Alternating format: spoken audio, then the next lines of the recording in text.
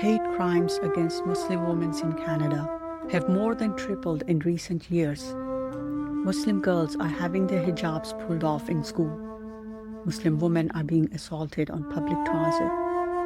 A 24-year-old Canadian Muslim woman said recently, "I do not think I have ever felt more unsafe in Canada than I do right now." This episode is about what we do with that reality, as mothers and as women raising daughters in it. Assalamu alaikum, beautiful souls, and welcome back to From Zaham to Shifa. Today, I want to talk about something that every Muslim mother in Canada is quietly carrying. The fear for her daughter, not an abstract fear, a specific one. The fear of what happens when her daughter walks out the door visibly Muslim, when she takes the subway wearing hijab, when she goes to a job interview, when she sits in a classroom and a classmate decides to make her the target, when she exists in public in a way that makes her identifiable and therefore vulnerable. This is not paranoia. The data backs it up. The stories back it up, and the women who have lived it back it up. Islamophobia in Canada, and specifically gendered Islamophobia, the kind directed at women and girls because of the intersection of their faith and their gender, is real, documented, and increasing. But this episode is not about fear, it is about preparation. Because there is a difference between raising a daughter who is afraid of the world and raising a daughter who understands the world and knows how to move through it with her faith, her dignity, and her rights intact. This episode is about how to do the second thing. Let me name the reality clearly, because I think many of us have been softening it in our own minds in order to function. And softening it means we are not preparing our daughters for what they will actually face. Muslim girls in Canadian schools are experiencing discrimination based on the intersection of their faith, gender, and religion, all at the same time. Research from Canadian universities document how Muslim girls wearing hijab are questioned, excluded, and targeted in ways that shape their own education experience. A 17-year-old girl in St. Catharines was punched in the nose and had her hijab pulled off. A pregnant woman in Toronto had teenagers try to rip her headscarf from her head. A woman in Canadian Library had someone attempt to set fire to her hijab while she was quietly studying. In Quebec, where Bill 21 bans public sector workers from wearing religious symbols, more than half of Muslim women surveyed have experienced racist or Islamophobic harassment at work. 17% have experienced physical aggression from supervisors, colleagues, or clients. Muslim women in Canada who wear hijab are 40% less likely to get a job interview than equally qualified non-hijab wearing women. I am not telling you this to frighten you. I'm telling you this because your daughter is going to encounter some version of this. And the mother who has named the reality clearly, who has talked about it, prepared for it, and given her daughters tools for it, is the mother whose daughter can navigate it without it breaking her. The most important conversation about Islamophobia is not the one you have after your daughter comes home crying. It is the one you have before anything has happened, when she is calm and safe and can absorb what you are saying without being in crisis. The conversation has 3 parts. The first part is naming what Islamophobia is. In language appropriate to her age, it is prejudice and sometimes hatred directed at Muslims, sometimes because of how we look, what we wear, or what people assume about us. It happens, and it is wrong. and it is not her fault. The last part, it is not her fault, needs to be said clearly and said more than once, because when it happens to her, the first instinct will be to wonder what she did wrong. The second part is practical preparation. What does she do if someone says something hateful to her on the street? She does not respond, she does not engage. She moves to a safer location toward other people, toward a shop or public building. She documents what's happening, the date, the time, the location, what was said or done.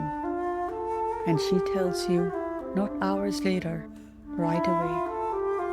You want to know, you can handle it, and you will not make it worse by overreacting. The third part is knowing her rights. In Ontario, discrimination based on religion is prohibited under the Ontario Human Rights Code. At school, she has the right to a safe learning environment and the right to wear her hijab without interference. If she is discriminated against in employment because of her hijab, that is illegal. The Ontario Human Rights Commission accepts complaints. The National Council of Canadian Muslims provides legal support to Muslims who have experienced discrimination.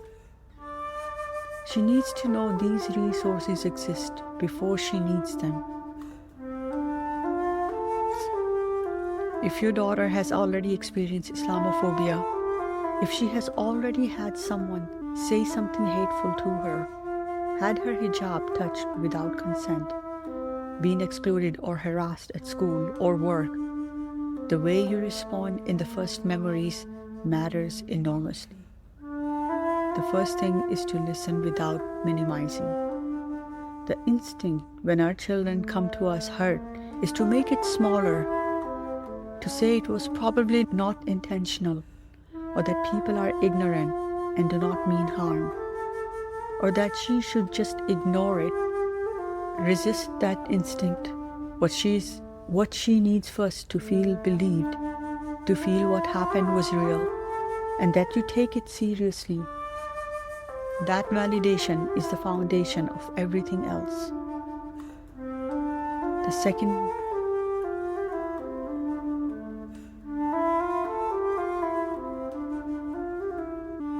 thing is to separate incident from her identity. What happened was about someone else's hatred or ignorance. It was not a reaction of anything wrong with her faith or with her choice to be visibly Muslim. The hijab did not make her a target. The perpetrator's prejudice did. That is a distinction she needs to hear clearly and more than once, because Islamophobia is specially designed to make Muslim women feel that their visibility is the problem. The third thing is to take action together, not just comfort and move on, but document what happened. Report it to the appropriate channels and let her see you doing it. When a Muslim mother reports an incident of Islamophobia on behalf of her daughter, she is teaching her daughter two things simultaneously: that what happened was wrong enough to report, and that she is not alone in standing against it. That is a powerful lesson. I want to talk about something that I think is the most important part of this conversation, and the part that is hardest to give our daughters in a culture that constantly tells them their hijab is either a symbol of oppression or a political statement. The hijab is neither of those. It is an act of worship. It is a choice made between a Muslim woman and her Creator, and the strength to wear it in a world that sometimes makes that choice costly comes from one place: knowing why she wears it, not what other people think about it, not what the law says about it, and not what her classmates say about it, but what she believes about it in her own heart, in her own relationship with Allah. The women who wear hijab and were attacked for it in Canada are not victims of their faith. They are a witness to it. When a woman keeps her hijab on after someone tries to remove it, after someone insults her for it, after it costs her a job interview or a promotion or a moment of safety in public transit, she is making a statement that has nothing to do with politics and everything to do with tawakkul, with trust, with the knowledge that she answers to Allah before she answers to anyone else. That is what we need to build in our daughters before the world tests them. Not a rule, a relationship. A relationship with her faith that is strong enough to hold them when the world is hostile. Daughters who wear it because they understand and have chosen it will keep it on because it is part of who they are. Having that conversation with your daughter, ask her why she wears it. Listen to her answer. Add to it if you can. Build it with her rather than imposing it on her. This is the foundation that no act of Islamophobia can touch. I want to close with what we are actually trying to build when we have all these conversations with our daughters, because it is not a girl who is safe from Islamophobia. We cannot guarantee that.